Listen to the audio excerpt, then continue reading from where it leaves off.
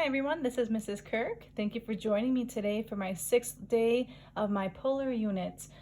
So far we have learned all about how to plot polar points and how to convert polar coordinates from rectangular and from polar to rectangular. Today I'm going to go ahead and show you how to convert from polar to complex. So for your notes today, I'd recommend that you have your handy note card. Now, I showed you my note card yesterday, and somehow I seem to have misplaced it. Amongst all of this chaos in my home, I don't know what I'd do with it. So I had to make myself a new note card, and this is what my note card is looking like so far. And again, if you'd like to pause the video and make sure that you've got a good note card as well, I've got on my note card here my chart that I've been using, the different polar facts that we've learned so far, and also on the bottom of my note card, I'm going to push this up a little bit for you. I wrote down how to convert equations, which we learned, and also how to go from complex to polar. Actually, that was what we learned yesterday, how to go from complex to polar. So that's my entire note card. I just wanted to have it on the screen so that in case you do want to make your own note card, just to have all the facts on it, this will be handy for those of you going on to calculus in the future. Just having something like this as a little cheat sheet will be nice and handy. All right, so let's go ahead and get our notes going here. I have the heading started, and again, please pause the video and get your notes started here for yourselves. I've got the chart up on top. It's nice to copy that down every single time. And then I wrote down to convert the following from polar to complex. So that's my examples down here. And I just want to remember a couple of things from yesterday's notes. So again, if you'd like to pause the video to get this portion of the notes caught up, please go ahead and do that. I'm going to go ahead and continue on here. What I'd like you to remember from yesterday's notes is something in polar form looks like this: r cis theta. And if you remember, cis is the shorthand. The expanded version was r parentheses cos theta. Whoops, I had to scribble out my first C. R cos theta plus I sine theta. So all of that is under that umbrella of polar. Both of these mean the same thing. Now a complex number, if you recall from yesterday or from your note card, is really a plus bi. So what I'm trying to do today is I'm going to take a polar coordinate and convert it to a complex coordinate or number, polar number, and convert it to a complex number. So I've got 3 examples today. The first example is to convert to a complex number. And I've got this, this polar number first. I've got 4 cis 11 pi over 6. So my strategy for all of these, and I think you're going to like these a lot better than yesterday, my strategy is going to be to expand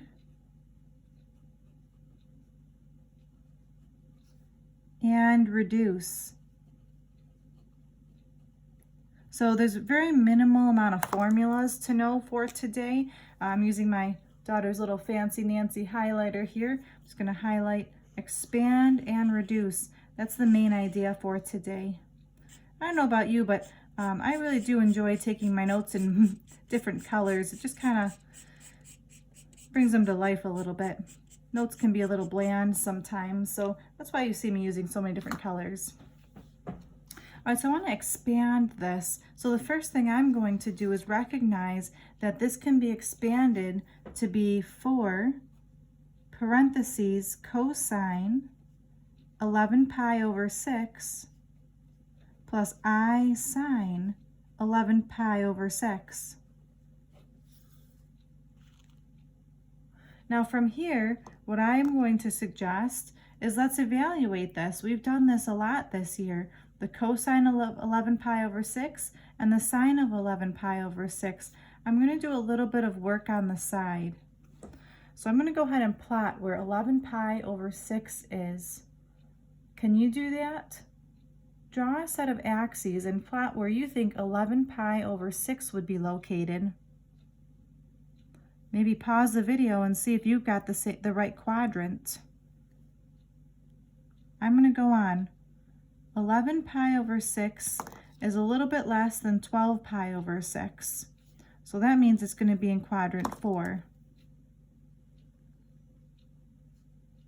So I know going all the way around this way, that's 11 pi over 6. And on the side of my paper here, I'm going to go ahead and do my QRS. So I just said it's in quadrant 4.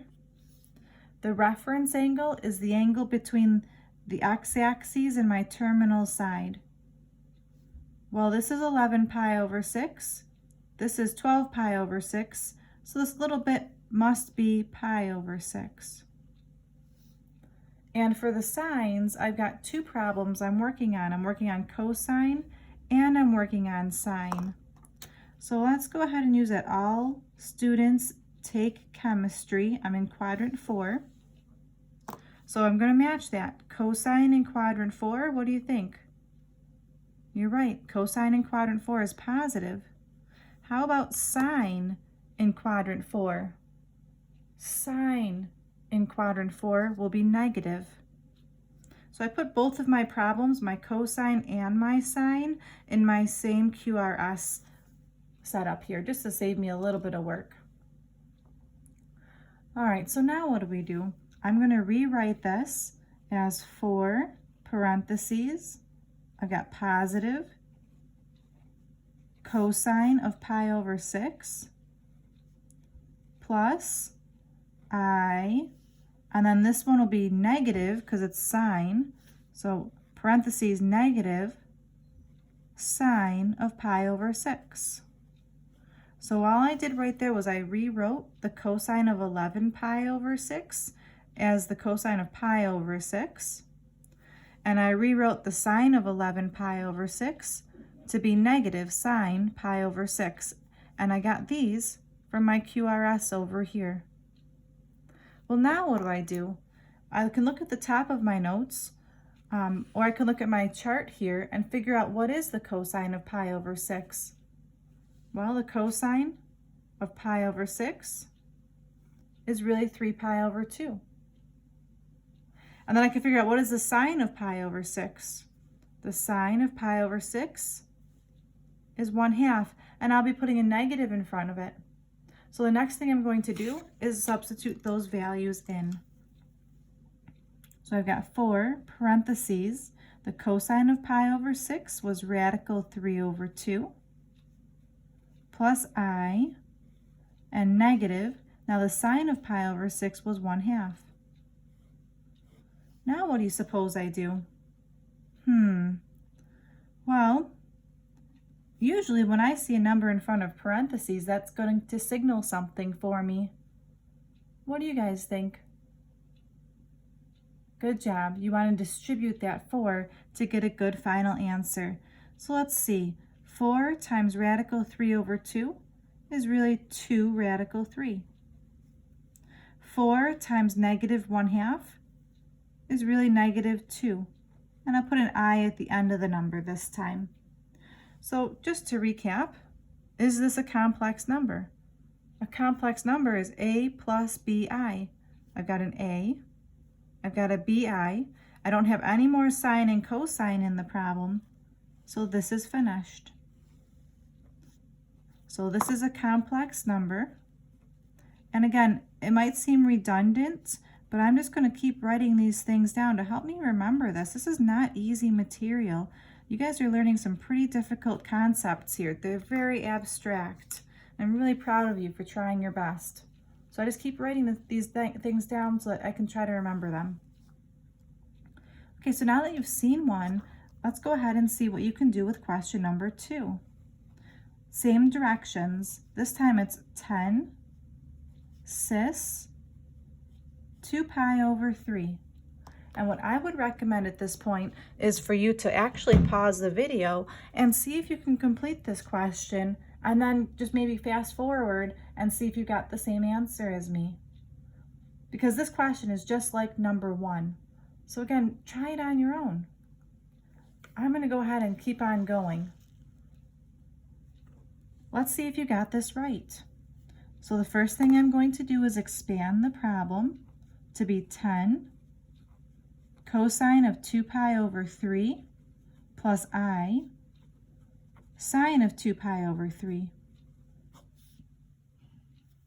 On the side of my paper, I'm going to draw a picture of where 2 pi over 3 would be located.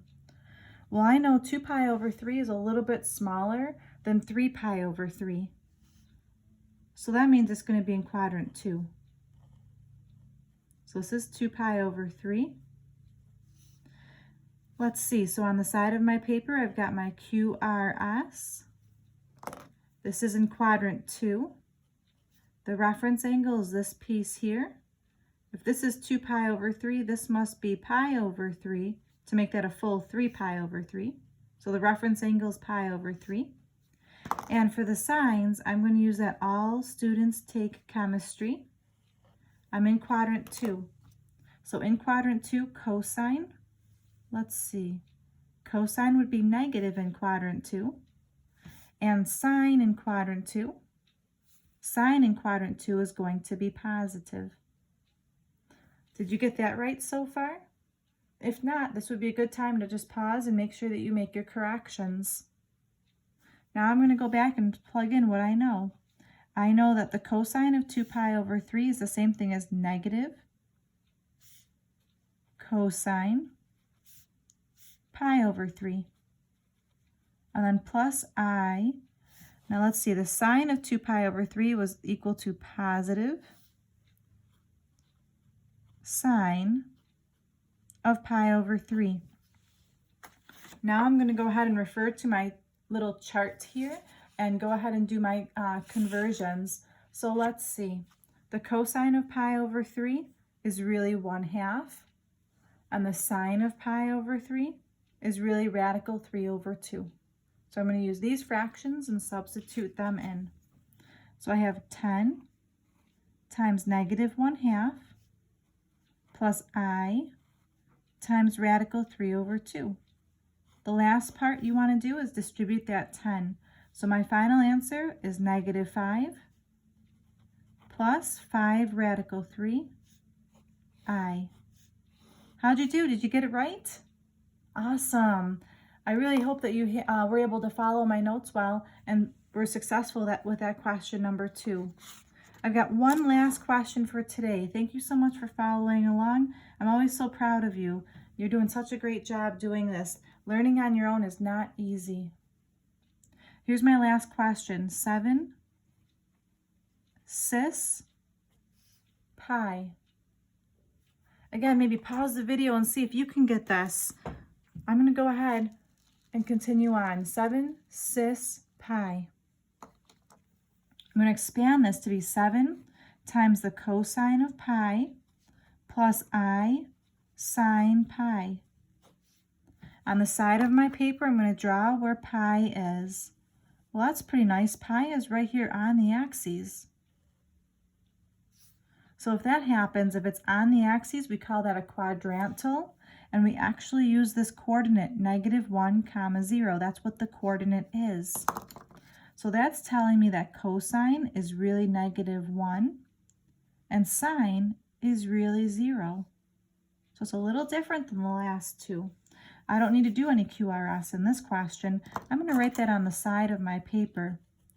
I don't need QRS because this is a quadrantal. Or in other words, it's on the axes. So if you find you've got an angle that's going to be on the axes, you don't need to use QRS. All right, so let's finish this off. This is really 7. The cosine of pi is -1 plus I, and the sine of pi is 0. So if I distribute this, I just get -7 plus 0I, or just the number -7. And if I think about it, if I look at my axes, isn't this point -7, 0 essentially? Like 7 cis pi is the same thing as -7 plus 0I. All right, thank you so much again for tuning in and for trying your best. I really do appreciate it. Your homework today is going to be some book work. It's going to be page 609, questions 27 to 30. I did forget to write down where the answers are located. Let's see if I can find my sheet here. And I'll add that in for us. Let's see. Oh my goodness, I'm all over the place right now. Well, I don't know where my assignment page went. Actually, I believe it's right underneath here. Here we go. So if you want to go ahead and check your answers for this, this will be on page AN-72. So same as yesterday. And again, just take your time, try your best. And thank you so much for tuning in. I really do appreciate your time. And I hope that you're finding these videos useful. If you are, make sure that you like the videos on the bottom and leave a comment so I know, what I need to possibly change for the future. Thank you so much. This is Mrs. Kirk saying take care and stay healthy. Bye-bye.